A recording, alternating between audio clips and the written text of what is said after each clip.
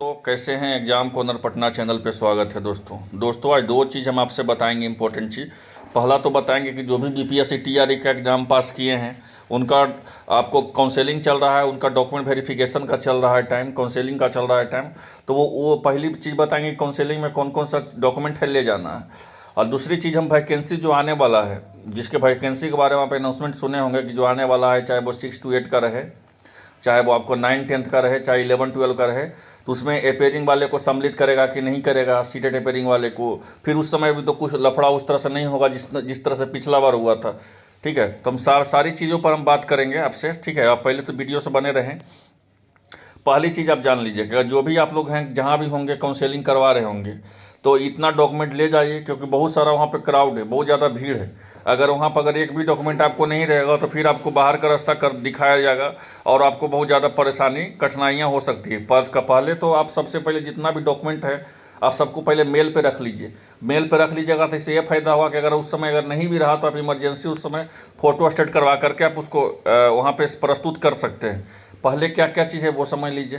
पहले आपको आवेदन पत्र का जो भी है उसका जो प्रमाणित पत्र है उसको ले जाना है। दूसरी चीज़ जो है, जो बीपीएससी का जो डॉक्यूमेंट जो है आपका वेबसाइट पर, उसको अपलोड करके जो वाटर मार्क सहित है उसको ले जाना है। तीसरा चीज़ आपको एडमिट कार्ड तो ले जाना है उसमें। चौथा चीज़ है आधार कार्ड आपको ले जाना है। पाँचवा चीज़ देख लीजिए, निवास प्रमाण पत्र ले जाना है जो बनाए होंगे आप अपने ब्लॉक से। छठा चीज़ देख लीजिए, जाति निवास ले जाना है आपको, जाति बनाना है पहले, फिर निवास ले जाना है, दोनों ले जाना है। फिर आप देखिए शिक्षक पात्रता परीक्षा पास किए हैं तो उसका कॉपी आपको ले जाना है। आप सीटेट पास होंगे तो सीटेट वाला वो कॉपी ले जाना है। आठवां देख लीजिए कि यहीं पे एक चीज़ समझने का चीज़ है, यहीं पे जो है उनसे भी मांगा जा रहा है जो इस बार रिपेयरिंग वाले को जो हम लोग मौका दिलवाए थे पिछला बार जिनको भी हम रिपेयरिंग में मौका दिलवाए थे, तो अगर वो भी फेल हैं, अगर वो भी डब्ल्यू एस में, सॉरी, ये जो आपको सीटेट में फेल हैं, सीटेट रिपेयरिंग में, तो आप उनको भी यही मांगा जा रहा है पेपर। पेपर आपको जो वहाँ जमा कर देगा उसके बाद आपको काउंसलिंग से नहीं बुलाया जाएगा, यही चीज़ है। लेकिन आपको सीटेट का तो देना है ही, सीटेट का जाकर दे दीजिए और उसका निदान है। आप काउंसलिंग में जो भी हैं सम्मिलित होइए। अगर काउंसलिंग में अगर आप सम्मिलित नहीं होइएगा तो कुछ इस पर सॉल्यूशन भी होगा तो आप उससे पूरी तरह से दरकिनार हो जाइएगा। आठवां चीज़ क्या है कि सभी शैक्षणिक एवं प्रशैक्षणिक अंक पत्र को, प्रमाण पत्र उसको ले जाना है। और नौवां चीज़ है 3 पासपोर्ट साइज का फ़ोटो ले जाना है। इतना चीज़ आपको काउंसलिंग में ले जाइए। काउंसलिंग में अगर एक भी चीज़ नहीं है तो आपको फिर निराशा हाथ लगेगी और कुछ हाथ नहीं लगने वाला है। और यहाँ पे देख लीजिए, यहाँ पे सब कुछ है लिखा हुआ कि सभी प्रमाण पत्रों को फोल्डर फाइल में जमा करना है तथा फोल्डर फाइल का निम्न जानकारी आवश्यक अंकित करेंगे। अब अभ्यर्थी का नाम, पिता नाम, आवेदित विषय, कोटि, आधार, मोबाइल लिंक, सब कुछ है, वो सब जमा करना है आपको। और सभी प्रमाण पत्र को मूल से मिलान करने के उपरांत ही फाइल में जमा किया जाएगा। दूसरी चीज़ समझ लीजिए, एक चीज़ और समझ लीजिए आप, इम्पोर्टेंट चीज़ है। यहाँ पे माथे वैकेंसी पे आते हैं।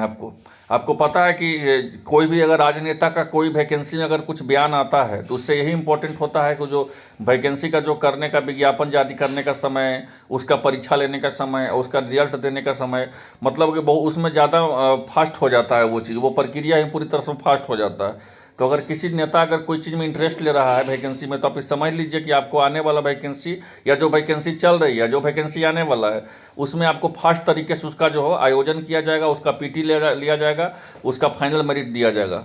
ठीक है, तो इसी तरह से जो है आपको एक आया है कि जो वैकेंसी आपको 1,70,000 आ चुका है। अब 1,70,000 में जो हुआ है क्या कि 1,70,000 में 1,22,000 ही लोग जो है सम्मिलित हुए हैं, आप लोग जानते ही होंगे। और उसमें बहुत सारे लोग सम्मिलित नहीं होंगे, कितने को तो डॉक्यूमेंट वेरिफिकेशन में बाहर कर दिया जाएगा। लेकिन फिर जो एक वैकेंसी आ रहा है 1,10,000 का, अब इसमें जो है इसका भी जो विज्ञापन आना, इस विज्ञापन आने के बाद इसका जो फॉर्म भराना, फॉर्म भराने के बाद इसका पूरा प्रोसेस होगा, प्रक्रिया होगा, बहुत फास्ट हो जाएगा। लेकिन एक चीज़ इस पर आपको लोग ध्यान देने की हम बात बोल रहे हैं, जो सब वीडियो में हम आप लोग को बताते हैं, फिर से बता रहे हैं। देख लीजिए, कुछ चीज़ पेपरबाजी भी होता है, इस बात को भी आप लोग समझ लीजिए। 6 to 8 का वैकेंसी सबसे पहले आएगा। 6 to 8 का वैकेंसी आएगा क्योंकि 6 to 8 का प्राइमरी लेवल का टीचर ही जो है, जो प्राथमिक का टीचर है, वही 6 to 8 में क्लास ले रहे हैं। तो 6 to 8 का वैकेंसी जो है अभी बहुत ज़्यादा इंपॉर्टेंट है, इसलिए 6 to 8 का वैकेंसी पर पीछे लग जाइए आप लोग। 32,000 अप्रॉक्स 31,942 या 40 पोस्ट का वैकेंसी है, उसके पीछे लग जाइए। उसमें खोजता है वही कि जैसे कि जिस तरह का बीपीएससी टीआरई में प्राथमिक में पेपर का 1 क्वालिफाई होना चाहिए, नहीं तो पेयरिंग था। अब बीपीएससी टीआरई में इसमें भी 6 to 8 में पेपर 2 क्वालिफाई होना चाहिए। तो पेपर 2 तो आपको क्वालिफाई होना ही चाहिए। आप प्रिपेयरिंग वाले हैं तो आप टेंशन लेने का कोई बात नहीं, इस बार हम लोग मौका दिलवाएंगे। और ओवर एज वाले जो भी हैं जिनका ज़्यादा एज है और तो आप टेंशन मत लीजिए, ओवर एज वाले भी आप हमसे जुड़िए, पर्सनल मेरा नंबर से जुड़िए, हम आपको बताएंगे कि क्या करना है। ओवर एज वाले जो भी होंगे उनके लिए भी जो है अधिक उम्र वाले उनको भी हताश नहीं होना है, वो भी फॉर्म भर सकते हैं क्योंकि अंतिम विज्ञापन है चुनाव को लेकर के।